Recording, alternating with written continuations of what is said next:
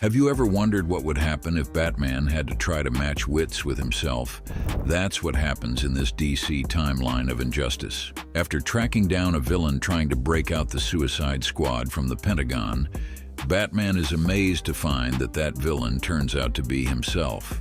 In an attempt to stop this imposter Batman, he gets his ass handed to him by a more powerful, more ruthless evil imposter with glowing red eyes. While recovering from getting a beat down from his alter ego, he's joined by Lucius Fox, Batgirl, Black Canary, and Green Arrow as he attempts to put a team together to track down this new masked vigilante. After meeting up, they are startled by an alarm, signaling a problem at Stryker Island. Batman quickly gets the warden on call. "Talk to us, Turpin," Batman says to the warden on the call. Turpin tells them that the entire prison power is out. Batman asks about the backup generators, to which the warden tells him they're all out. This was a calculated attack by someone who knew exactly what they were doing. They immediately ask, what about Superman's cell? They had recently won a battle between the Justice League, who had been trying to take control over the entire world, but were unsuccessful thanks to Batman and his team. They had many of the Justice League locked up in Stryker Island for treason, including Cyborg and several others, including Batman's own son, Damian Wayne. Recently upgraded into one of the most advanced prison facilities ever built, one block holding the disgraced regime heroes and their supporters, and the other block entirely dedicated to the confinement of Superman.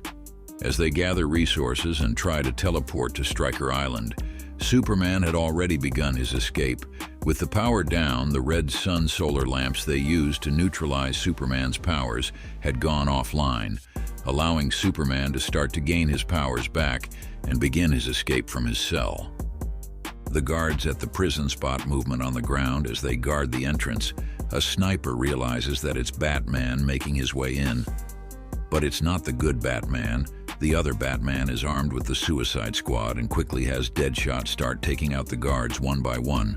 With the guards neutralized, they start to make their entrance. The real Batman teleports in with Batgirl, Black Canary, and Green Arrow. He sends them to go help the guards as he makes his way to Superman's cell block. The rest of the team joins the fight with the guards, quickly neutralizing Killer Croc in the process. However, they are quickly subdued by Deadshot. As he holds them at gunpoint and makes idle threats, Harley Quinn sneaks up behind Deadshot and smacks him in the head with a bat, knocking him out cold. Meanwhile, Batman confronts Superman as he makes his way out of his cell block.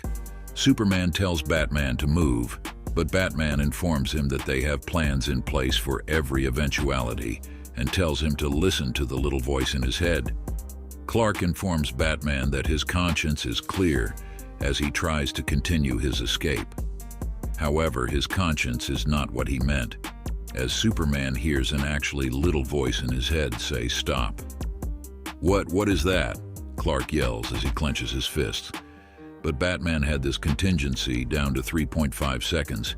He had Captain Atom with him, shrunk down, and had crawled into Clark's brain, armed with a small sliver of kryptonite. Now furious with eyes glowing red, Clark exclaims, "You. Even for you, this is necessary." Batman replies.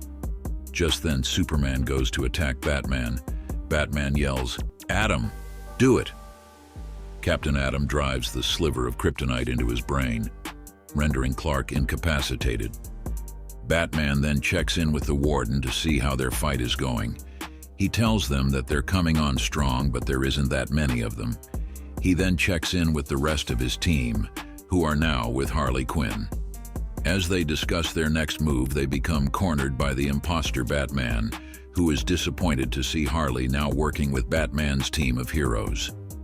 Black Canary asks Harley, "Who is that? Who are you working for?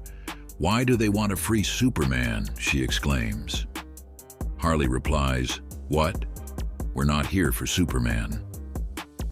Meanwhile, while Batman and the rest of his team were distracted, the villains had secretly been tracking down the whereabouts of Damian Wayne, Bruce's son, and they sent none other than his mother, Talia al Ghul, and her daughter Athanasia al Ghul to retrieve him. After neutralizing all the guards to get to him, they spring him from his cell. As they leave, Damian stops and demands that they release his friends as he stares at Cyborg behind the glass of his cell.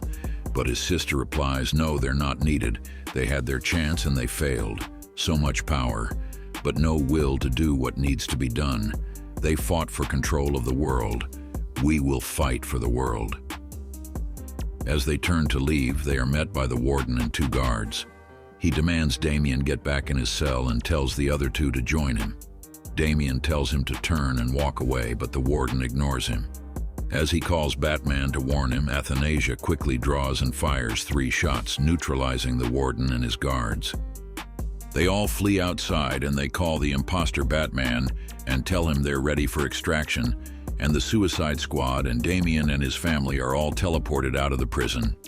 Thanks for watching. Don't forget to like this video and subscribe to our channel to see what happens next in this story from the Injustice timeline.